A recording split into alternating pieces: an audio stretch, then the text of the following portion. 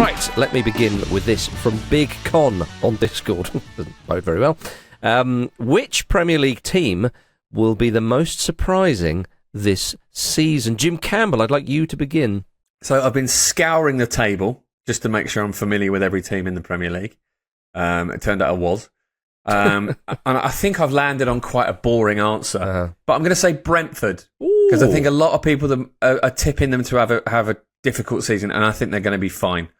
I think they're so well run that they'll be able to weather this. I think I don't think they're going to sort of finish higher than they did last season or anything like that. But if you kind of break it down, I think obviously they've lost their goalkeeper, which is a big thing, but they've replaced him with Kevin Kelleher, who certainly has the potential to, I think, be an upgrade on Mark Flecken. They've got a lot of experience in Jordan Henderson, who's a perfect sort of lighthouse player in this kind of scenario.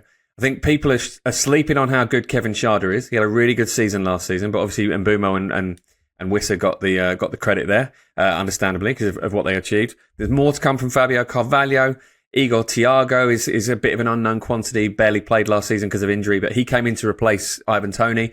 And they're very good at their due diligence with that sort of thing, Brentford. So I think there's a good chance that he'll contribute. They've got a strong defence. They've got some very, very sort of tough midfielders in there. And I just think, even actually, if they do lose Wissa, I think they'll be all right. I really do. Keith Andrews is obviously the key there, and he's a little bit of an unknown quantity. Mm-hmm. But again, it's consistent. He's been in the setup for a long time. He's been in the setup a reasonable amount of time. May I sort of amend your statement with your blessing? Yeah, fair enough, yeah. And, to maybe throw some fuel or some fire onto... What would it be, Jim? Fuel on the fire or fire on the fuel? It's hard to throw fire. I mean, either's going to combust, isn't it? I suppose if you're throwing fuel on the fire, you're making the fire worse. If you're throwing fire on the fuel, bang! Yeah, that's more fun. Yeah, okay. Don't try it at home or anywhere, quite frankly. Everybody listening to this. Keith Andrews, it's his first job as a number one. But may I remind you, what had Pep Guardiola done before he managed Barcelona? What a comparison. Everyone's got to start somewhere. What a comparison. What are you worried about, Brentford fans? Yeah, we obviously don't know what Keith Andrews is going to do, but I think that is the area, isn't it? That with Mbeumo going and Norgard and one or two others, I totally take the point, Jim, that they've survived this before with Ivan Toney. I think this is more of a profound change, so I don't think they would have as good a season as they did. You've already mentioned that. It's all about the manager, because Frank's such a great Premier League operator with Brentford. The club was, I'm not moulded around him, because it was, of course, bigger than that, but this is the test of it.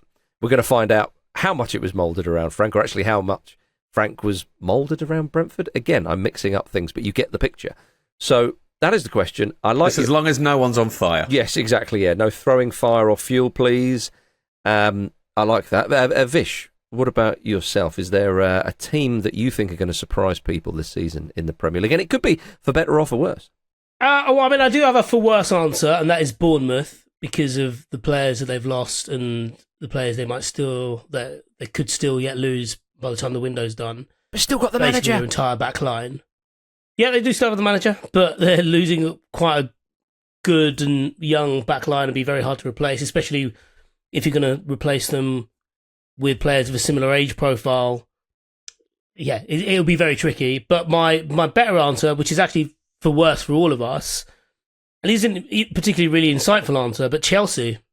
That's what I was going to say. I think the Chelsea we're going to see this season will have the bit between their teeth a bit more than they did last year, because I think last year was basically Enzo Maresca feeling out his squad and trying to find out what worked. Bear in mind, it went, even if you look at this time last year, he basically came out with a quote saying how integral Raheem Sterling was going to be to their plans, and then, a week later he's turfed out on loan to Arsenal. Mm-hmm. I think the way that they've recruited has been very similar to how they've done it previously, but some of the outgoings have been quite surprising. Even, there's talk on Monday morning of Nicholas Jackson being moved on to Newcastle, Christopher Nkunku going to RB Leipzig.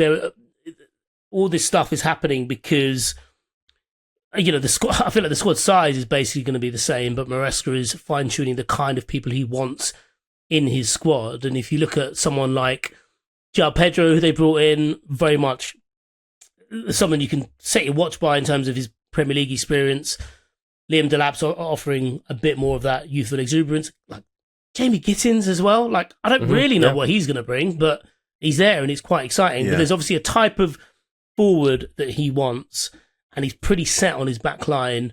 And so I think they'll be a bit more ruthless. They weren't necessarily chaotic last year, but because it was such a rolling cast from, weekend to midweek, you didn't really get the sense that there was any genuine, I suppose, progression for team understanding, because, even in March, there were Chelsea fans saying, look, this guy's awful, we need rid of him. Oh, way before March they were saying that. No, but generally, like, they were in a position to push for, and at times were accommodating Champions League spots, and there were people like, look, this is really dull, we don't want this guy at our club anymore. And now I think there's a bit more to it, there's a bit more to him, and there's a bit more to Chelsea, full stop. I would agree with you. I was going to say Chelsea. For reasons you've said, I think they have a very good squad, and it's more in depth than I certainly thought. I know they had the Club World Cup, and people will say, well, that could be an absolutely exhausting thing. Yes, and I understand that this is maybe a silly point to make, but if you win the thing and you end it with such a good feeling, of course, if you have tired legs, you have tired legs, but the mood and the feeling and the the exuberance or whatever you want to say that you get from winning it, and the good feeling around the place is priceless. And I think what you were saying about the fans there, that a lot of them were on Maresca's back, as you say, and they were a little bit unconvincing at times. That now, I think the Europa Conference League win, we all knew from as soon as they were in that competition, anyone with two brain cells to rub together were like, yeah, Chelsea will win that, and of course they did. The Club World Cup, whatever one may think of that tournament, it is a statement from Maresca and co. The fact is they beat PSG, who were up for it, and the way they beat them in the final.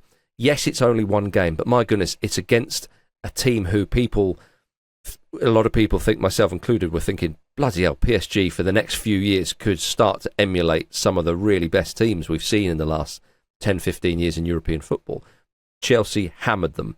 So in one-off games, obviously they're good. They proved that by winning 2 cup competitions. But I think it's all about the league. What are they going to do? I think they will be challenging for the title. I don't necessarily think they'll win it, but I think they'll be involved.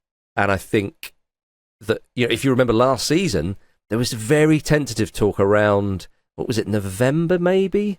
Something like that, as we were going into the winter months of, are Chelsea, could they? There was all that kind of thing. And then as the months went by and that Christmas period, it became apparent that they weren't going to challenge. But that was partially to do with Liverpool's brilliance, of course. So I think that I think as well, there's potentially a little bit more maturity in the squad, just with certain individuals, which is something that they really lacked, as we know it's a very, very young squad. And some of the sort of insider information and whatnot was saying that you are lacking that older leader. Certainly when the likes of, say, Cesar Azpilicueta, when he left the club, and maybe one or two others, they were just kids. And it was, I think, Enzo Fernandez is what the club captain is. So, I think a little bit more maturing, a little bit more realisation that, no, if you're in your late 20s or even mid-20s, you are one of the elder statesmen in this side. So a little bit of that. Maresca with a season under his belt as well. Blah, blah, blah, blah. I think Chelsea are definitely a team that could surprise. I think people will. I think when I say surprise, I have to put that suggestion down that they're challenging for the title, because if they finished 4th or 5th next season, I don't think that would surprise too many people. Yeah. So I think that's so that's not what I'm saying. I'm not saying they'll be in the similar boat to, say, Newcastle and Aston Villa and whoever else that are going to be challenging for the top 4 or 5. I think they're going to be pushing themselves in that bracket with Liverpool and, dare I suggest, Arsenal as well. Yeah, I would agree. And I think what they've done very well, and what they've actually done fairly consistently over the last few seasons, is they're very good at like leveling up their squad in a quite video gamey way. Yeah. Like where there's suddenly a big sort of kind of big raising of the ceiling. And obviously their transfer policy is very, very unique. And we've spoken about it a lot, but it's starting to make a bit of sense now. Because obviously they've aside from them selling their own women's team and things like that, where there's a little bit of kind of chicanery going on, all within the rules, obviously.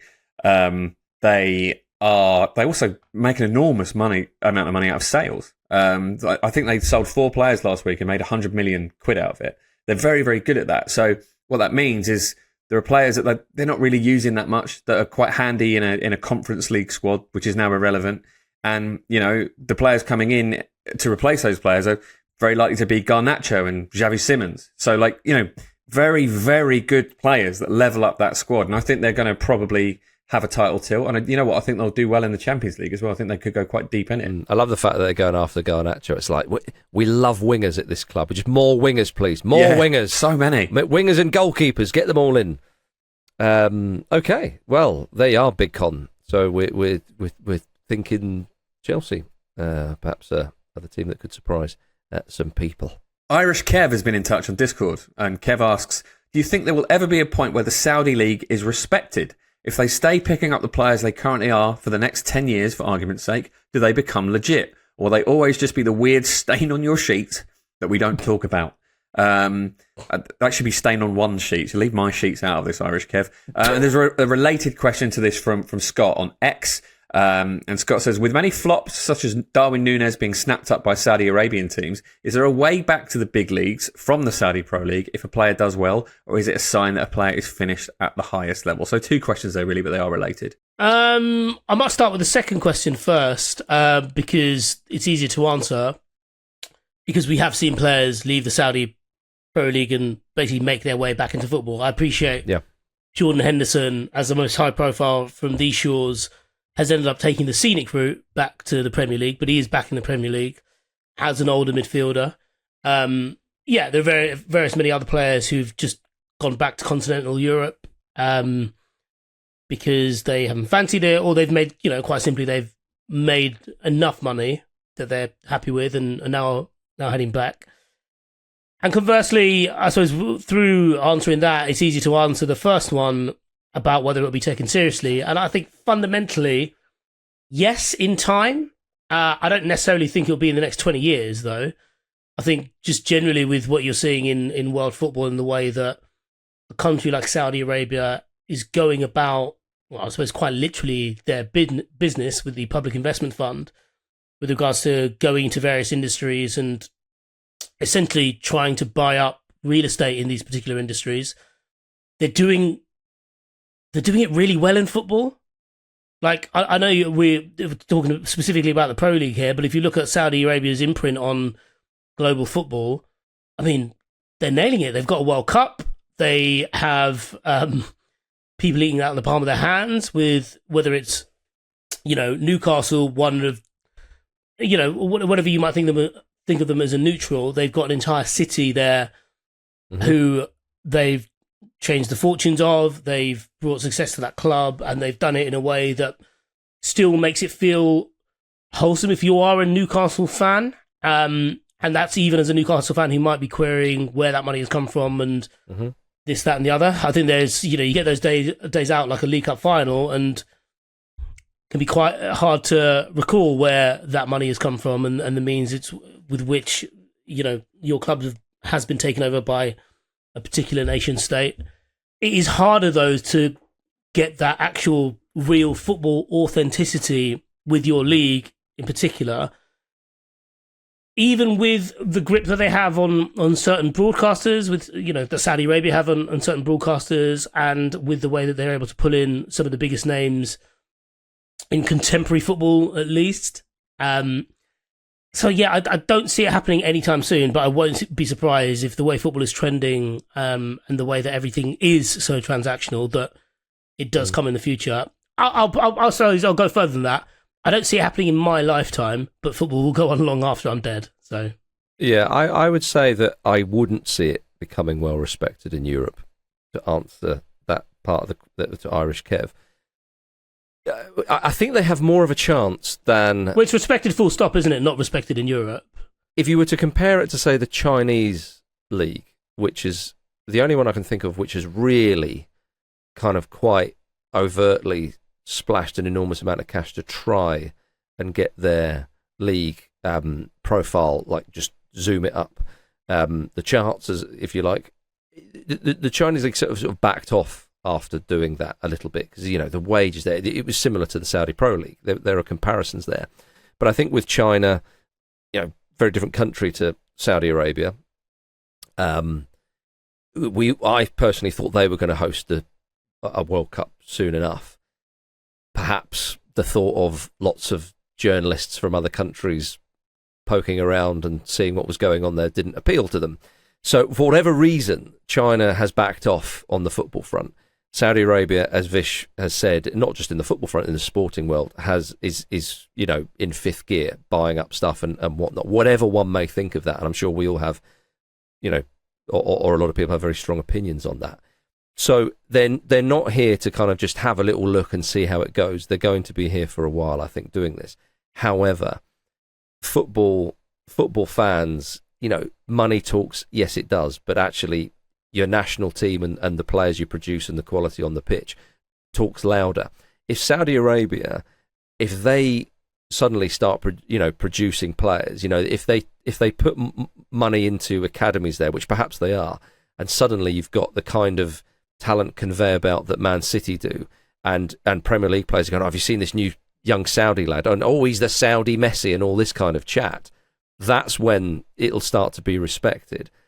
That takes a lot longer, of course. I think the United Arab Emirates had a little go at this, and maybe they still are.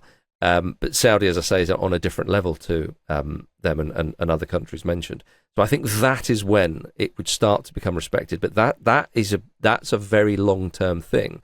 So right now, I think if you're throwing wages at players, it's also an admission of this league's a bit crap, so we're going to have to chuck tons of money at you. And that's where they are. So until they start producing players, but time will tell, but I don't think it will be respected, because if there are any decent players there, then they'll be whisked away to Europe. MLS is I would say, is probably beginning to get respected by a number of people in Europe, but there will still be some people who go, well, if you haven't really made it in Europe, maybe that's an option, or could be for pre-retirement. So I don't think it's going to get the kind of respect that other European leagues get, and not all leagues in Europe are respected, by the way. There's a huge amount of leagues, of course. So that was what I would say there. With regards to Scott asking about flops coming back, I don't think that if a player goes to Saudi Arabia for a season or two or even 3 seasons, suddenly becomes rubbish. They might not have that competitiveness that you would get in, say, Serie A or the Premier League or something. And yes, they might be a touch rusty, if you see what I mean. I think it's an individual case by case there. Depends on the player, depends on the character, depends on how good they are, what stage of their career, the hunger, the desire, all the rest of it. If you're a good player and you're suddenly available, you'll always have suitors, even if your best moments were 2 or 3 years ago. So I think that Darwin Núñez, we could see him back in one of Europe's top leagues in a couple of years. I think that's within reason. Probably not the Premier League, I think. But who knows? Okay, definitely not Liverpool. He's never going to go back to Liverpool. I'll be clear about that. But who knows? Maybe a newly promoted Premier League side in 2 or 3 years' time. I don't know. Yeah, I mean, presumably Darwin Núñez will at some stage play for Napoli or Atletico Madrid or both. Yeah, definitely. Which is perfectly suited for both of those teams. Absolutely. And I hope we see that, obviously. I think actually it's probably more likely than not that eventually it will become respected as a league. As Vish says, it might take a while. It could be a decade or decades. But essentially, the Saudi strategy is fairly simple, isn't it? It's make the product very good by filling it with very good players and get eyeballs on it. And as Vish alluded to DAZN, they already have a media organisation that is set up to provide that sort of thing globally, and I'm sure that will be part of the long-term strategy. And the a lot of the Premier League's fan base doesn't have any particular loyalty to England or the Premier League itself. It's just where a lot of big players are and where a lot of exciting competitive seasons take place. So it's very possible, I think, that Saudi will be able to... You're suggesting that fans around the world at some point, whether it's in 50 years or, I don't want to put a time on it, could be watching Saudi Pro League more than the Premier League? Well, what I base that on, Marcus, is that this is obviously what their strategy is, right? It's the idea is of being a disruptor. The idea is of getting the best players in the world over, and obviously from that you fashion the best league. They already have DAZN as a platform for that, and they are, they've made it very clear they're here to stay on that front. As you've alluded to, it was very, very different with China, and part of the strategy is obviously with the whole kind of focus on entertainment that we're getting across all of sport and lots of different entertainment from Saudis to move away from fossil fuels and bring in money from elsewhere. So I think long term, they're absolutely looking at knocking the Premier League off of its perch, so to speak. That'll be the one that they're aiming at. And it's not to say that they will achieve it, but they are going to throw absolutely everything at it. And I think as time goes by, loyalties change or they become indifferent. I think a vast element of the Premier League's global fan base, obviously, as I said, doesn't have a particular loyalty to England. So if there's better football somewhere else, they'll watch that. I think it's very, very possible that they achieve it. I think it'd be a shame, obviously, but that is what they are trying to do. But I think one fly in that ointment is that the best of the best in world football is in the Champions League. And I don't think the Asian Champions League is likely to ever be able to compete with that. So that will be something that they'll have to kind of navigate. But I think we all know they're here to stay now and they're going to do everything they can to achieve what they want. Yeah, I mean, when you say they're trying to knock the Premier League... Why have you finished with that point? Because now I can see it. They're going to join the Champions League, aren't they? They're going to join the UEFA Champions League. But your point about they're trying to knock the Premier League off its perch, I wouldn't go with that because they've invested a lot in the Premier League in Newcastle. And yeah, but they want to have their cake and eat it, don't they? Well, indeed they do. I just think that the idea of another, a very wealthy group who have got their broadcast and all the rest of it, and when you say that people don't have a loyalty to the Premier League, I would, on their behalf, and I would be very comfortable saying this on other people's behalf around the world, would massively push back on that and say, fans of clubs around the world are very much entrenched in their supporterships of Premier League clubs. Sure, but that doesn't mean that they're not there to be sort of wooed over to something else. I think it would take generations, and as Vish may have said, without misquoting him, it could happen after our lifetime, but I couldn't see in our lifetime the Saudi League becoming as respected as any of the top European leagues. I mean, that's a slightly different conversation, isn't it? Because, whether it's about being respected or about it being popular, I suppose, is the case. But I do think it's inevitable that people will view it very differently from how they view it now. All right, then. Well, time will tell, annoyingly. And we'll be dead. Yeah, Jim, mercifully, we'll all be dead. At the time of recording, it's not that respected. Just in case that changes by this afternoon. You never know, do you? You never know. My question comes from Supernova Dragon on X. Which battle do you think will be the most interesting this season? Now, he's given a list of battles: the battle for the league, the battle for fourth, which is essentially the Champions League spots, the battle for the European places beyond the Champions League spots, or the battle for survival. Oh, damn it all, I'm going to say the title. I like that. I think so too. Go on.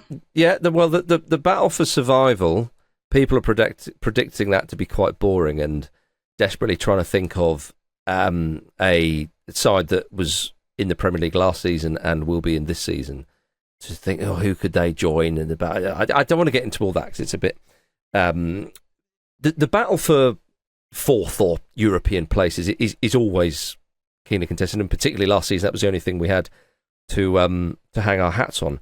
But I do think that having just witnessed a couple of days ago the Community Shield, so clinging to that, and also I do think Chelsea are improved, and I think Arsenal are improved. I think Arsenal will have a proper go at the title, much more than they did last season. I think Liverpool, the genius of Arne Slot last season was getting into Klopp's slipstream. That was obvious. Mo Salah had yet again another outstanding year. but they have different combinations to kind of figure out. I think they're going to be brilliant no matter what. Don't get me wrong. I'm not saying, are they going to struggle? I don't think they're going to struggle per se, but I'd just be surprised if they ran away with it like they did last season. Some people will say, what are you talking about, you idiot? That they've improved. Yes, of course they have. There is the sadness, of course, the extreme sadness of Diogo Jota not being there. But I think the bigger reasons are as well about how Slot now really goes about his business and how he tries to put his imprint on this team, and he will, and I think they'll be a very, very effective side, and they will be in contention for every single trophy they're going for. But I, as I've mentioned, I think Arsenal and Chelsea will be up there as well. So I'm sort of trying to will this into existence as well. So I'm going to say the battle for the league title. Have you left out Man City on purpose there? Oh yeah, I think I have, Jim. And do you know why? It's because I wrote them off last season when really, looking back on it, they had like a 2.5 month period where they were a bit dodgy, but either side of that, they were fairly consistent. And I was like, it's over. The empire's done. It's in ruins. And I really went big on it. And then you kind of, I started to see their business. And then I was like, oh, blimey. I tell you what, though, that Al Hilal loss in the Club World Cup final, that was very welcome. And I thought that's kept the old fire burning. So we'll see what happens this season. Could have egg on my face. I probably shouldn't have reminded everybody what I said last season, but I did go big on it. So as a very, very wise man once said, don't back down, double down. And that's what I'm doing, Jim. Yeah, I think you're both right. I think it is the title race that's got the potential to be the most exciting, just because obviously the stakes are higher. But I do think, I desperately hope as well that the points totals are closer together than they were last season, however it pans out, just because it's more interesting, isn't it? When there was a sense from about January, it's like, yeah, Liverpool are just going to romp this, aren't they? And then they did. But hopefully those gaps have closed, and as you say, who knows, maybe it will take Liverpool a little bit of time to adjust to the kind of slightly different style and the change of personnel. Who knows? But I do think as well, though, that if we do get an actual entertaining relegation battle, or one that threatens to have a little bit of variation in it, because it's been a while since we've actually had that will be a really welcome return. Says the Arsenal fan at the top of the table. Indeed. But it's... Who would you like to see in there? Man United? Fulham. Yeah, actually, Fulham and Man United is who I'd like to see. No, I mean, so let's... It probably only really takes one of the promoted teams to do surprisingly well, right? And then that makes it a little bit more chaotic. Who knows? Maybe Bournemouth will replace 4 of the 5 defenders they had last season with 4 absolute disasters. Maybe they'll get it so wrong that the front of the team's brilliant, the back end of the team is terrible. A friend of mine is a West Ham fan. I saw him the other day, asked him how he feels about the next season, and he just refused to talk to me about it. So I think that sort of tells its own story. I think there's a lot of kind of pessimism within the fan base, and they're worried that things could take a little bit of a slide there. I think they'll be fine, personally. Wolves have lost players and not replaced them. I think the manager's kind of canny and wily enough that they'll probably be fine, but he's also got quite a chaotic history, so you never know. There might be a team who gets sucked in there and make it entertaining and make it so that it isn't obviously the 3 promoted teams that come up. So from a neutral perspective, and maybe an evil neutral perspective, as you've touched on, Marcus, I think it's very possible that could be fun, just if we have one again at all, because it'll feel a bit like a novelty. All right, coming up after this, which other footballers get the Rob Lee treatment? Yes, as Marcus hinted at before the break, last week Luke said that Rob Lee was one of the few footballers who always gets called by their full name. Our friends on Discord have come up with a few more examples. El Chinito and the notorious BMT suggested Ben Mee. Absolutely, definitely agree with that. Moon suggested Joe Cole and JJ Okocha. And From Our Ball suggested Solly March, which I know you're a fan of that one, Vish. Yeah, the Solly March one is pretty common. Okocha was, I feel like he was often given the Okocha moniker on comms, so I don't get that. Ben Mee is spot on because it just sounds weird, isn't it? Passes to me. What, you? Like, it's just, it just sounds weird to say it as a commentator. or even just say it in normal conversation. I was trying to think of. Well, I kept going to brothers. Philip Neville. Any Cole. Yeah. Phil Neville. Gary. Any Cole. Yeah, but I think with Gary Neville, I think you could just say Neville. At the time, I feel it's those with one syllable first and second names, as in one syllable each name, or those who have very common names. So Andy Cole, Joe Cole, Ashley Cole. You couldn't just say Cole. And Keane as well. Roy Keane, Robbie Keane. They're never just Keane. So I feel it is there's a little bit of that going on. Pele, Paul Pele, no, just Pele.